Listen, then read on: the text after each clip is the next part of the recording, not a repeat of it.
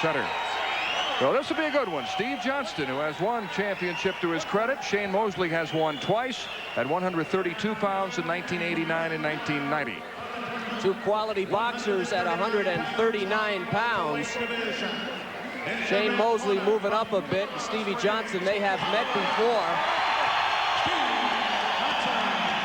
Steve Johnston lost to Shane Mosley in the semifinals in 1989 for third place. Tail of the tape, about the same age. Mosley with the height advantage, about the same amount of experience. Stevie Johnston is not a great boxer. What he is a very, very tough kid. Short, he'll like to get inside, he'll brawl with you. You saw a little bit of that in the bout with Vernon Forrest last year. This should be a good one. Lyle Ackelstead is a referee for this bout. Steve Johnston in red, Shane Mosley of Pomona, California in the blue. I mentioned Steve Johnston being a tough kid. He comes from a tough section of Denver.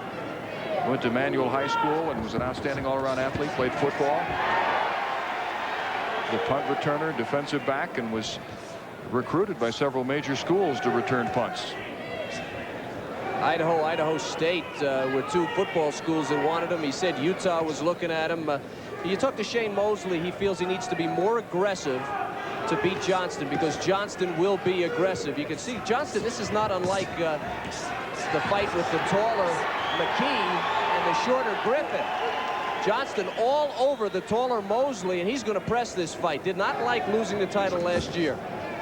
Shane Mosley lost to Steve Johnston 21-17 in the semifinals of the Olympic Festival, and that began a very difficult year for Shane because the loss kept him out of the World Championships and the Pan American Games, and he said he had to go back to the drawing board. Felt he wasn't ready mentally, but he feels he's a much smarter, more mature boxer now. Johnston's been working on the left uppercut.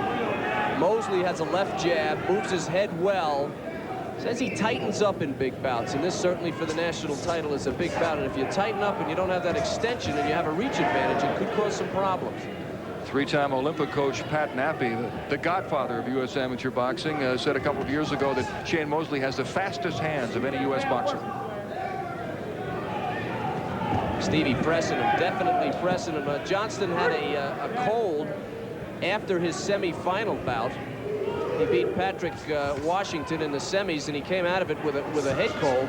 So the second and third round could be telling for Stevie Johnston. See Mosley stepping back and allowing those punches to miss, and then using that hand speed to land some shots. He really has quick hands.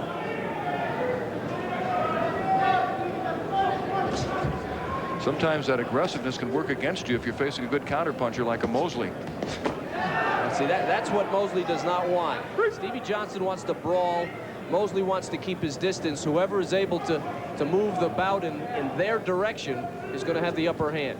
As you mentioned, they've met twice previously. Each boxer has a victory.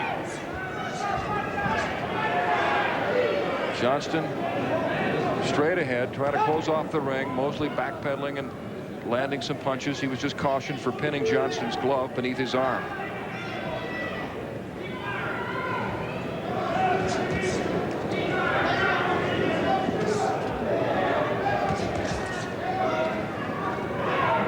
Final seconds of round one. Two evenly matched boxers, Steve Johnston and Shane Mosley. We'll have more from Colorado Springs in a moment.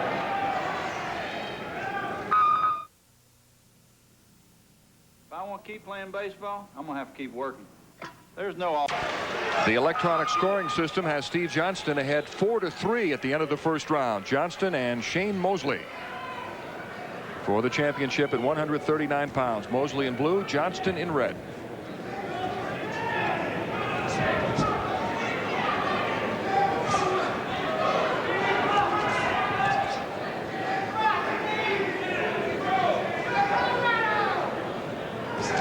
Good left by Mosley, snapping Johnston's head back. That 4-3 score indicates that neither boxer is scoring, in the opinion of the judges, many scoring blows. So the boxer that gets a flurry and 3 or 4 scoring blows, a combination, could take a big lead in this bout.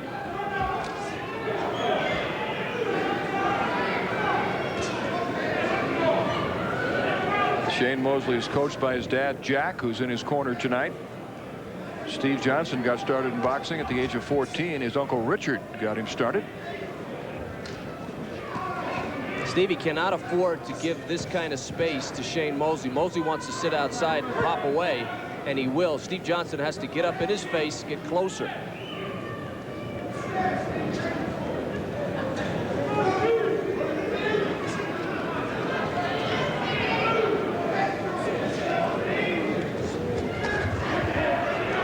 Little flurry by Mosley, counter-punching, and a good left by Shane.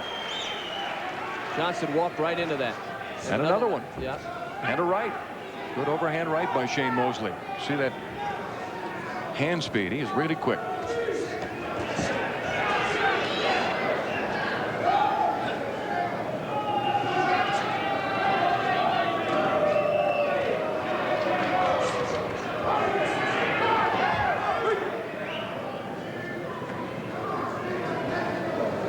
One minute remaining in round two.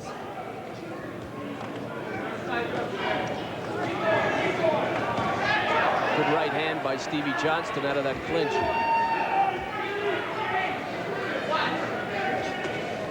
Johnston landing again with a left. Mosley back with a right.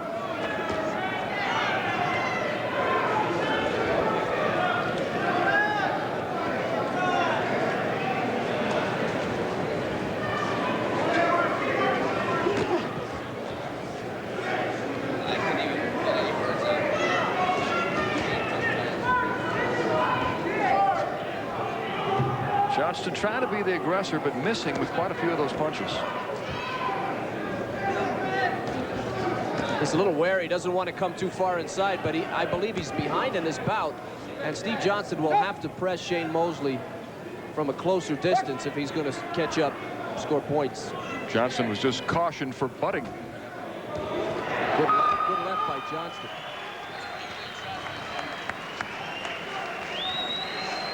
Oscar De La Hoya, the champion at 132 pounds, one of those who's not competing tonight, getting ready for the World Championship Challenge. He's ranked second in the world. Talked to him the other day, sitting at 130 pounds, in great shape, very disappointed that he was not boxing. Said he couldn't wait to get back in the ring. And he's a tiger sometimes. When he keeps his head in it, he's got potential. Talking about Evander Holyfield and Shannon Briggs and potential.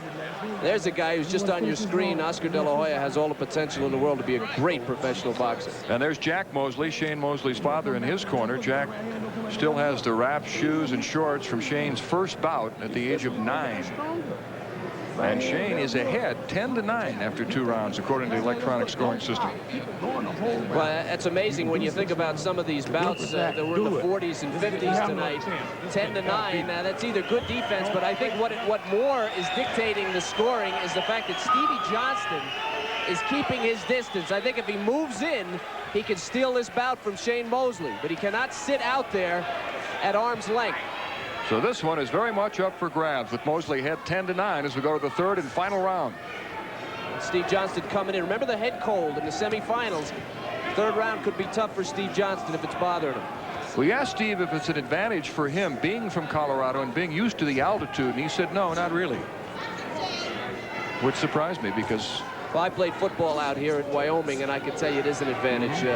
If they didn't get 40 points on us in the first quarter, which they normally did, we usually could catch up by the fourth quarter. Caution to Steve Johnston for holding behind the head.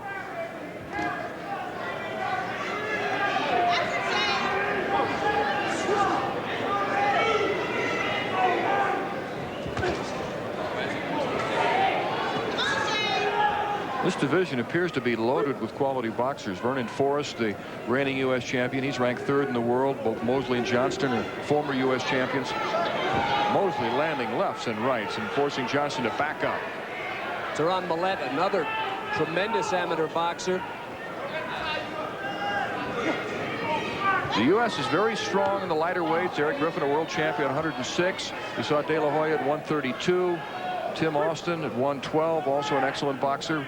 But as you move into the heavier weights, that's where the U.S. seems to be weak, although Shannon Briggs looks very promising. Puha tonight, too, I thought, in the super heavyweight division. I thought he has a tremendous amount of potential. The best heavyweight in the world is Felix Savon of Cuba, who, if he lived anywhere else, would be a pro by now. He's a great boxer. Good exchange by Mosley. Johnston missing. Johnston standing right in front of Shane Mosley, and that's not a good idea.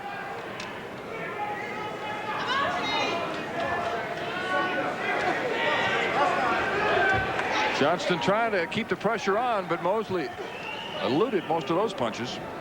Mosley appears to be tired, and Steve Johnston normally, as we've seen him in the past, would be pressing harder here. He's really not.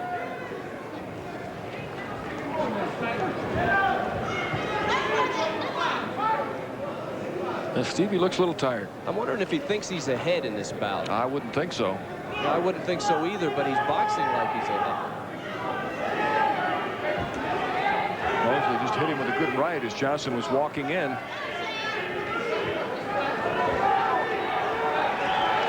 Mosley bouncing off the ropes, counter-punching effectively.